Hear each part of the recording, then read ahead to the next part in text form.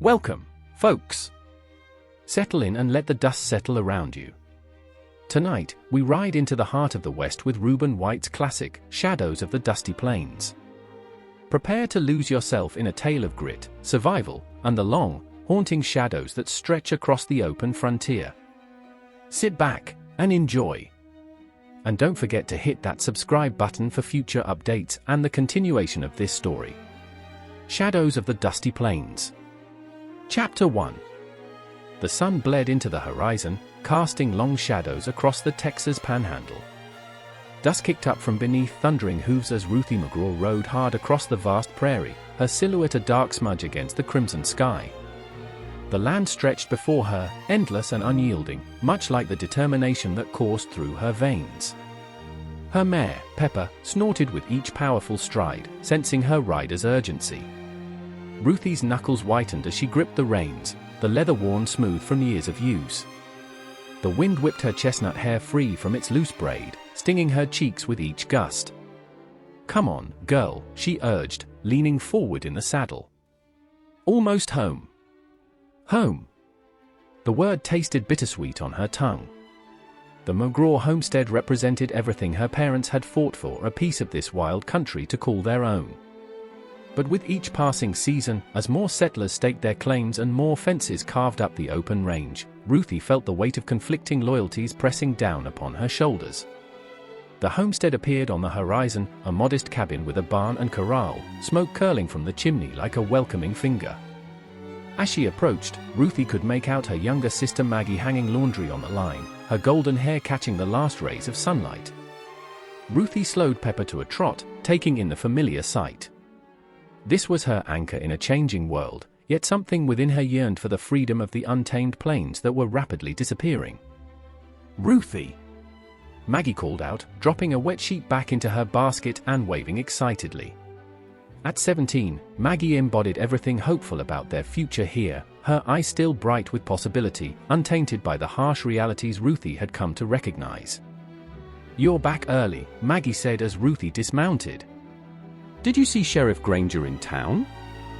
Ruthie's jaw tightened at the mention of the lawman. "I did." She began unsaddling Pepper, her movements practiced and efficient. "He asked about PA's deed again." Maggie's smile faltered. "What does he want with it?" "PA's been gone 3 years now." "I don't know," Ruthie replied, though suspicion gnawed at her. "But I don't trust him. There's something in his eyes when he looks at our land, something hungry. You see threats everywhere since Pa died," Maggie sighed, returning to her laundry. "Not everyone's out to take what's ours." Ruthie led Pepper to the water trough, watching the mare drink deeply. "That's because you don't remember what it was like before." She gazed out at the darkening plains, where shadows lengthened like grasping fingers. "This land is like a wild stallion, Maggie. Beautiful and free. But there are men who want nothing more than to rope it, break it, and own it." "And where do we fit in that picture?" Maggie asked, her voice soft. "Aren't we trying to tame a piece of it too?" The question hung in the air, unanswered. Ruthie had asked herself the same thing countless times.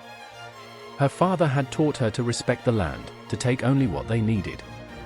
But were they any different from the others flooding into the territory, each claiming their piece? Later that evening, after a simple supper, Ruthie sat on the porch steps, cleaning her father's old Winchester. The rhythmic motion of the rag against the barrel soothed her troubled thoughts. Stars pierced the velvet sky overhead, and the night hummed with the songs of crickets and distant coyotes. The Winchester had been her father's most prized possession. "Out here," he used to say, "a rifle keeps you fed and keeps you alive."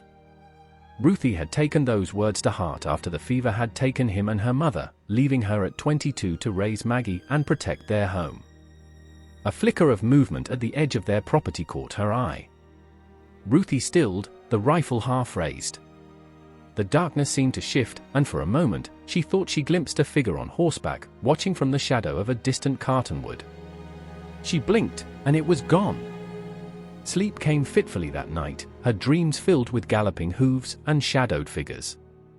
When she woke before dawn, a sense of foreboding settled over her like morning dew. Something was coming. She could feel it in her bones, much as her father had always claimed to feel approaching storms. What she couldn't know was that by sunset, the world she knew would begin to unravel, thread by thread, and that her destiny would become intertwined with a man her father would have called enemy. Chapter 2. The town of Redemption sat like a blemish on the pristine face of the plains, a collection of weathered buildings straddling the newly laid railroad tracks. Ruthie guided Pepper down the main street, dust clouding around the mare's hooves. The town had swelled in recent months, its boundaries stretching outward like a stain as new arrivals sought their fortunes in this unforgiving land. She tethered Pepper outside the general store, patting the horse's neck before stepping onto the wooden sidewalk. The store's bell jangled as she entered, the familiar scent of coffee, leather, and tobacco greeting her. "Morning, Miss McGraw," called Silas Jenkins from behind the counter. The storekeeper's round face broke into a smile beneath his bushy mustache. "What brings you to town today?" "Supplies," Ruthie answered, handing him her list. "And information, if you've got any to spare." Silas began gathering the items on her list. "Information about what?" "There's been talk of new land deals," she said carefully. "Wanted to know if you've heard anything." Silas's hands paused briefly over a sack of flour. "Might be I have," he said, his voice lowered. "Railroads push in the west, and there's them that stand to profit mighty well from knowing exactly where the tracks'll run." "And let me guess," Ruthie said, leaning against the counter, "Sheriff Granger is one of those them." Silas glanced nervously at the door. "Didn't say that, now did I? But a man in his position hears things first." He resumed filling her order. "Word is, there's been surveyors out your way recently." Ruthie felt a chill despite the store's warmth. "Our deed is solid, Silas. Pa made sure of that." "Course it is," Silas agreed too quickly. "But papers have a way of getting lost when there's money to be made. Especially when," he stopped abruptly, his gaze shifting to something behind her. "Especially when what, Mr. Jenkins?" The deep voice sliced through the air like a knife. Ruthie turned to find Sheriff Elias Granger filling the doorway, his tall frame casting a long shadow across the plank floor. His badge gleamed on his chest, as polished as the handle of the revolver at his hip. "Morning, Sheriff," Silas stammered. "Just helping Miss McGraw with her supplies." Granger's piercing blue eye settled on Ruthie. He removed his hat, revealing hair the color of iron. "Miss McGraw," he nodded. "A pleasure, as always." There was nothing pleasant about the way he looked at her, like she was a puzzle he was determined to solve or an obstacle he intended to remove. "Sheriff," she replied coolly. "Fancy meeting you here." "Just doing my rounds," he said, replacing his hat. "Keeping the peace. Speaking of which, there's been reports of Comanche in the area. Might want to keep that rifle of yours loaded." "The Comanche haven't raided in these parts for years," Ruthie countered. A thin smile crossed Granger's weathered face. "Times change. They're getting desperate as their hunting grounds shrink. Desperate men do desperate things." He stepped closer, lowering his voice. "A woman alone on a homestead makes for an easy target." "I'm not alone," Ruthie said, meeting his gaze. "And I'm not an easy target." Something flickered in Granger's eyes, respect, perhaps, or irritation. "Nevertheless," he continued, "if you were considering selling that land of yours, now might be a prudent time. Before trouble finds you." The threat, veiled though it was, hung in the air between them. "My father didn't raise me to run from trouble, Sheriff," Ruthie replied. "But I appreciate your concern." Granger studied her for a long moment before tipping his hat. "Good day, Miss McGraw." "Mr. Jenkins." He turned and left, spurs jingling with each step. Once the door closed behind him, Silas released a long breath. "That man gives me the willies." Ruthie's mind raced. "What were you about to say, Silas?" Before he interrupted. The storekeeper hesitated, then leaned forward. "Just that papers have a way of getting lost when there's someone who knows how to make them disappear. And our sheriff, he was a land speculator before he pinned on that badge." He pushed her supplies across the counter. "You be careful, Miss Ruthie. That man wants something, and I reckon he aims to get it." With her saddlebags full and her mind troubled, Ruthie mounted Pepper for the ride home. As she left town, she noticed a group of men gathered outside the saloon, their voices carrying on the wind. Among them stood Sheriff Granger, deep in conversation with a well-dressed stranger whose suit marked him as an outsider, possibly a railroad man. She urged Pepper into a trot, eager to put distance between herself and redemption. The plains stretched before her, vast and unchanging, yet Ruthie felt the ground shifting beneath her feet. The sun hung high in the cloudless sky when she spotted the riders. 3 figures on horseback, silhouetted against the horizon, moving with a fluid grace that spoke of men at one with their mounts. They were too far to identify, but something in their posture, the absence of saddles, the straight-back pride, told her they weren't settlers. "Comanche!" Ruthie's hand moved to her rifle, but she didn't slow Pepper's pace. The riders remained at a distance, watching, before wheeling their horses around and disappearing beyond a rise. By the time she reached the homestead, the encounter had settled into her bones as a warning. Change was coming, as inevitable as the seasons. Unlike the wild stallion she described to Maggie, this land would not be broken easily. That night, as Maggie slept, Ruthie removed a loose floorboard beneath her bed and pulled out a metal box. Inside lay their father's deed to the land, a simple document that represented everything they had.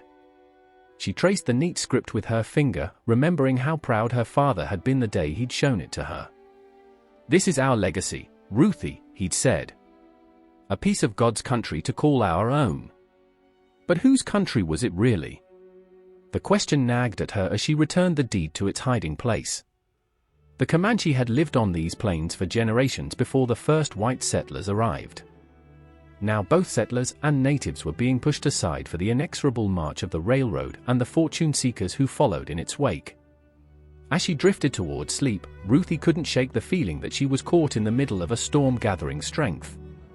And when it broke, she would have to choose where she stood or be swept away entirely.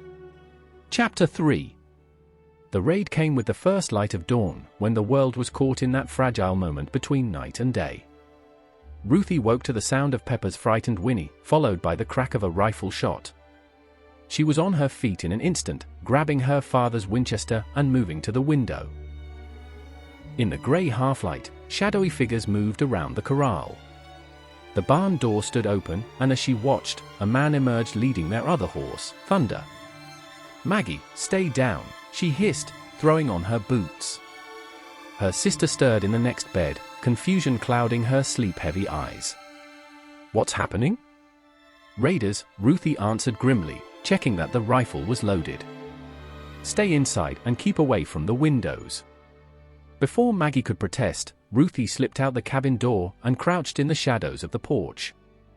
The morning air was cool against her skin, carrying the scent of sage and dust. She counted for riders, their forms clearer now as daylight strengthened, 3 by the corral and 1 heading for their storage shed. Raising the Winchester to her shoulder, Ruthie aimed at the ground near the feet of the man leading Thunder and fired. The report echoed across the homestead, and the man jumped back, dropping the horse's lead rope. "That's far enough," she called out. "The next shot won't miss." The raiders froze, then scattered for cover. Ruthie fired again, this time over the head of a man who'd drawn his weapon. She heard rapid exchanges in a language she didn't understand, Comanche, she realized with a jolt of surprise. Sheriff Granger's warning echoed in her mind. From behind an overturned water trough, one of the raiders called out in accented English. "We take only what we need. No one need be hurt."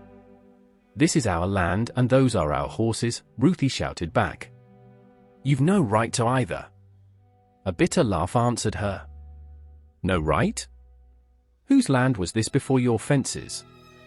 Before your father? Before his father?" The question struck her like a physical blow, because it was the same one that had troubled her own thoughts. But principle and survival demanded action regardless of her private doubts. "I didn't make that history," she replied, edging along the porch for a better position. "But this is my present, and I'll defend what's mine." Movement to her right caught her eye, a figure darting from the barn to the well. Ruthie swung the rifle around and fired, splintering the wood of the well's edge.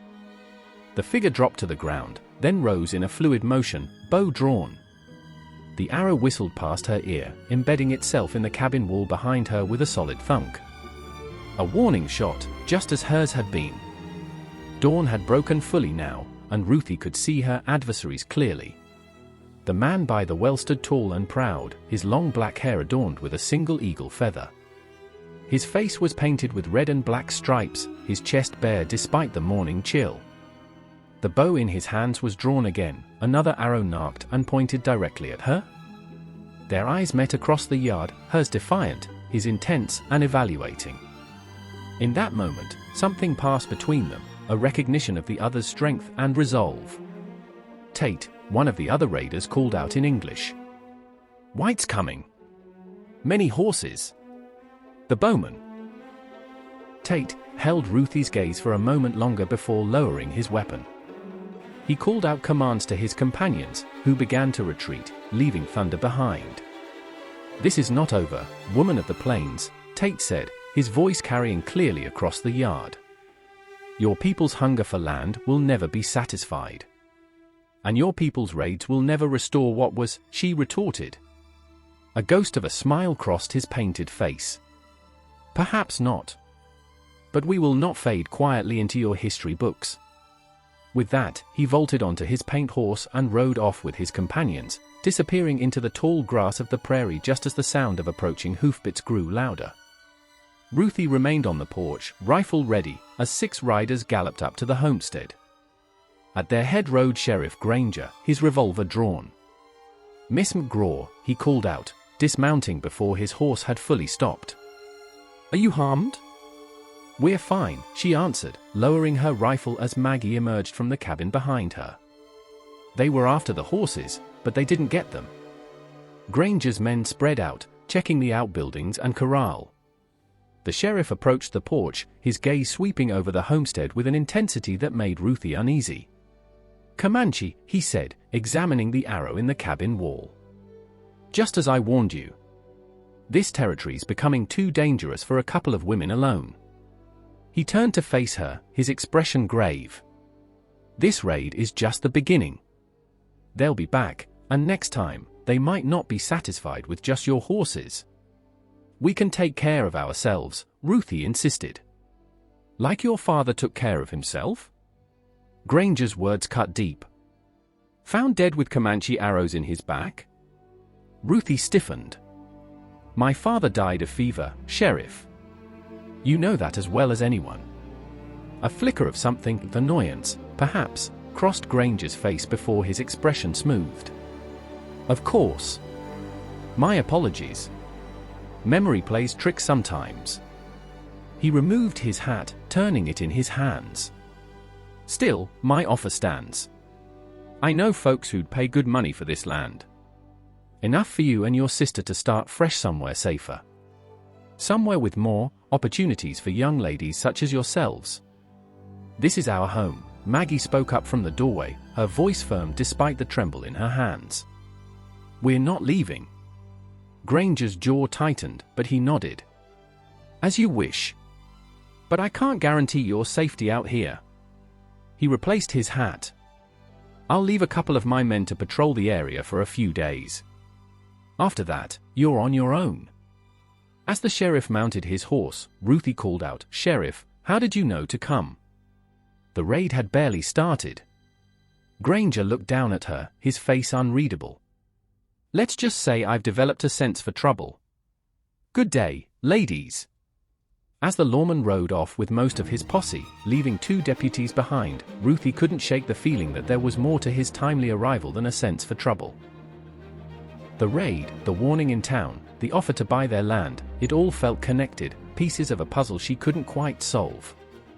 Later, as she repaired the damage to the corral, Ruthie found herself thinking about the Comanche warrior with the eagle feather, Tate.